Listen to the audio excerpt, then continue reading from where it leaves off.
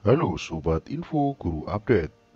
Berdasarkan baru penetapan NIP 3K dengan SPTJM.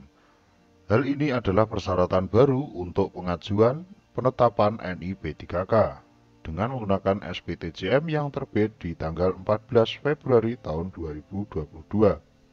Kita simak apa saja sebenarnya hal ini.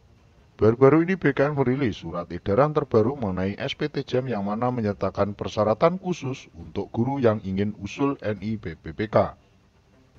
Surat tersebut merupakan kelengkapan SPTJM bagi usul NIP3K yang ditujukan kepada pejabat kepegawaian atau lembaga peserta pejabat pembina kepegawaian pemerintah provinsi maupun kabupaten kota.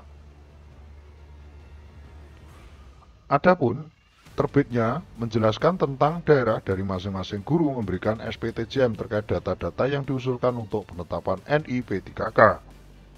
Salah satu yang menjadi pembahasan dalam surat edaran tersebut adalah terkait masa kerja guru berdasarkan Keputusan Menteri PAN-RB nomor 931 tahun 2021. Untuk surat dari BKN pertanggal 14 Februari di Jakarta dengan nomor 3132, persyaratan kelengkapan SPTJM bagi usul NIP3K. Intisari dari isinya adalah sebagai berikut. Dalam peraturan tersebut menjelaskan bahwa setiap pelamar yang melamar pada jabatan fungsional dalam pengadaan P3K diwajibkan untuk memiliki pengalaman di bawah ini. Yang pertama, paling sedikit 3 tahun di bidang yang relevan dengan jabatan fungsional yang dilamar untuk jenjang pemula, terampil, dan ahli pertama. Ini sudah berulang kali di share ya. Nomor 2, paling sedikit 5 tahun di bidang kerja yang relevan dengan jabatan fungsional yang dilamar untuk jenjang mahir, penyelia, ahli muda, dan ahli madya, pemula, terampil, dan ahli pertama. Sebelum kita lanjut, kita tengok dulu untuk surat Menpan RB berikut ini. Dari surat Kemenpan RB nomor 981 tahun 2021. Kita langsung saja masuk di penetapan atau pemutusan pertama. Setiap pelamar yang melamar pada jabatan fungsional dalam pengadaan P3K wajib memiliki pengalaman sebagai berikut. 1. Paling singkat 3 tahun di bidang kerja yang relevan dengan jenjang pemula, terampil, dan ahli pertama. Paling singkat 5 tahun di bidang kerja yang relevan dengan jabatan fungsional yang dilamar untuk jenjang mahir, penyelia, ahli muda, dan ahli pertama. Dua hal ini yang menjadi permasalahan sampai hari ini. Apakah itu akan mempermudah untuk penetapan NIP3K ataupun malah memperlambat? Di samping itu, untuk poin kedua, persyaratan pengalaman sebagaimana dimaksud pada diktum pertama dibuktikan dengan surat keterangan yang ditandatangani oleh A. Paling rendah pejabat pimpinan tinggi Pratama bagi pelamar yang memiliki pengalaman bekerja pada instansi pemerintah, dan paling rendah direktur kepala divisi yang membidangi sumber daya manusia (Human Resource Development) pada pelamar yang memiliki pengalaman bekerja pada perusahaan swasta, swadaya non-pemerintah, atau yayasan. Hal ini yang menjadi polemik tersendiri. Untuk hal ini pun sebetulnya untuk pengalaman kerja ini sudah diupload di DRH ya, sahabat-sahabat. Namun sebelum pendaftaran ataupun administrasi seleksi di P3K pertama itu sekitar 5 atau 6 bulan yang lalu, di bulan Juli, hal ini tidak menjadi tolak ukur utama ya, sahabat-sahabat, untuk masa kerja, karena untuk pendaftaran P3K sendiri syarat utamanya adalah masuk di dalam Dapodik.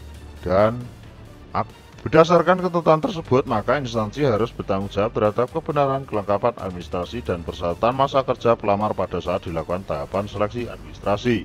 Ketentuan masa kerja minimal 3 tahun itu menjadi tanda tanya pada guru honorer. Apakah bila peserta tes P3K 2021 yang lulus di tahun 2021 tetapi memiliki pengalaman kerja kurang dari 3 tahun atau 5 tahun akan gugur karena tidak akan mendapatkan SPTJM?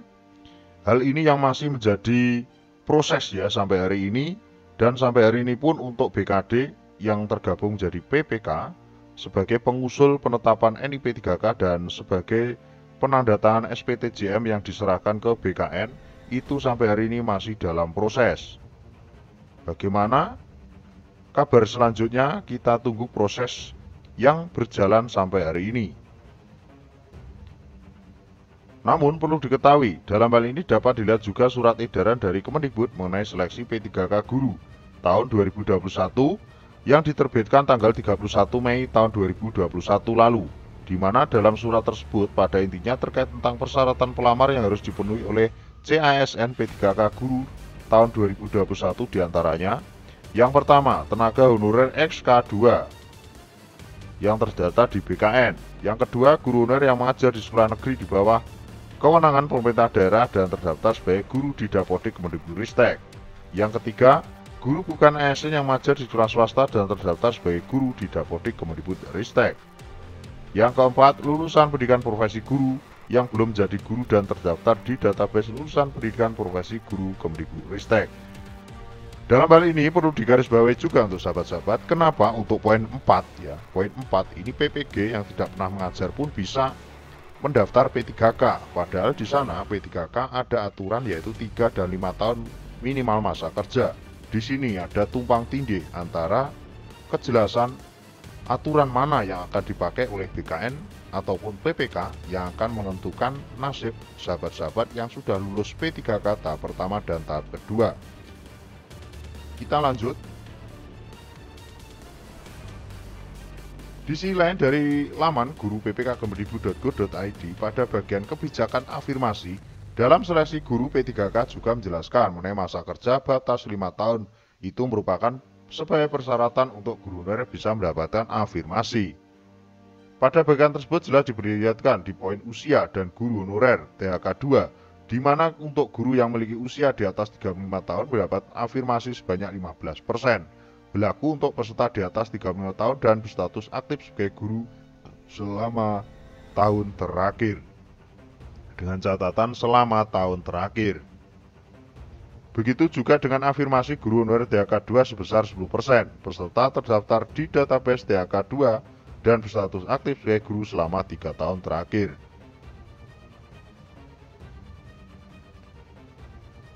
Nah, ini penjelasan dari BKN melalui Karohumas Bapak Satya Pratama. Inti dari surat tersebut adalah setiap pejabat pembina atau PPK harus memastikan data calon pegawai pemerintah dengan perjalanan kerja yang diusulkan penetapan NIP-nya ke BKN itu benar-benar valid. Instansi diminta bertanggung jawab atas data calon P3K yang diajukan ke BKN. Permintaan BKN sederhana itu, kata Satya, namun tanggung jawab dari PPK sangat berat sekali, sahabat-sahabat. Kenyataan dengan bedah syarat penetapan ini yang paling tidak diuntungkan adalah sahabat-sahabat yang sudah lulus P3K namun masih belum pernah mengajar selama 3 tahun atau 5 tahun. Hal ini juga berkesinambungan dengan tanggung jawab berat yang dilakukan oleh PPK. Jika data yang diajukan semuanya valid ditandatangani dengan NPTJM, proses penetapan NIP P3K justru makin cepat. Bener, memang makin cepat ya sahabat-sahabat. Satya menegaskan BKN tidak berniat melambat proses penetapan NIP P3K. NIP P3K diterbitkan berdasarkan usulan instansi. Cepat atau lambat, penetapan NIP P3K akan tergantung dari instansi pengusul. Kembali lagi tanggung jawab berada di PPK. Jadi tolak ukur tanggung jawab sangat berat sekali adalah PPK.